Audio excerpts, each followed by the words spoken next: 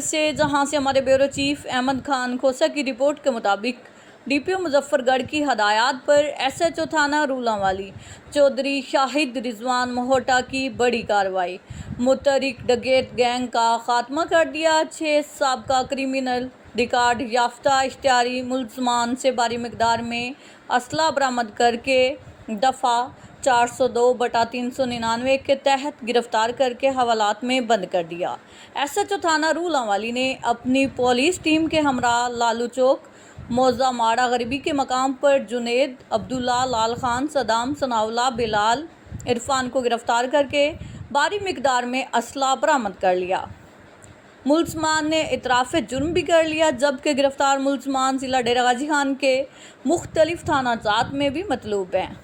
اس موقع پر S H O تھانہ رولانوالی چودھری شاہد رضوان مہوٹا نے میڈیا سے گفتگو کرتے ہوئے کہا کہ سماج دشمن عناصر کے خلاف جنگ میری اولین ترجیح ہے۔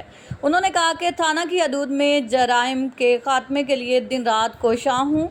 انہوں نے کہا کہ شہریوں کے مسائل ان کی دہلیز پر حل کرنا میرا فرض ہے اور تھانہ کی حدود میں امن و امان کی صورتحال کنٹرول کر لی گئی ہے۔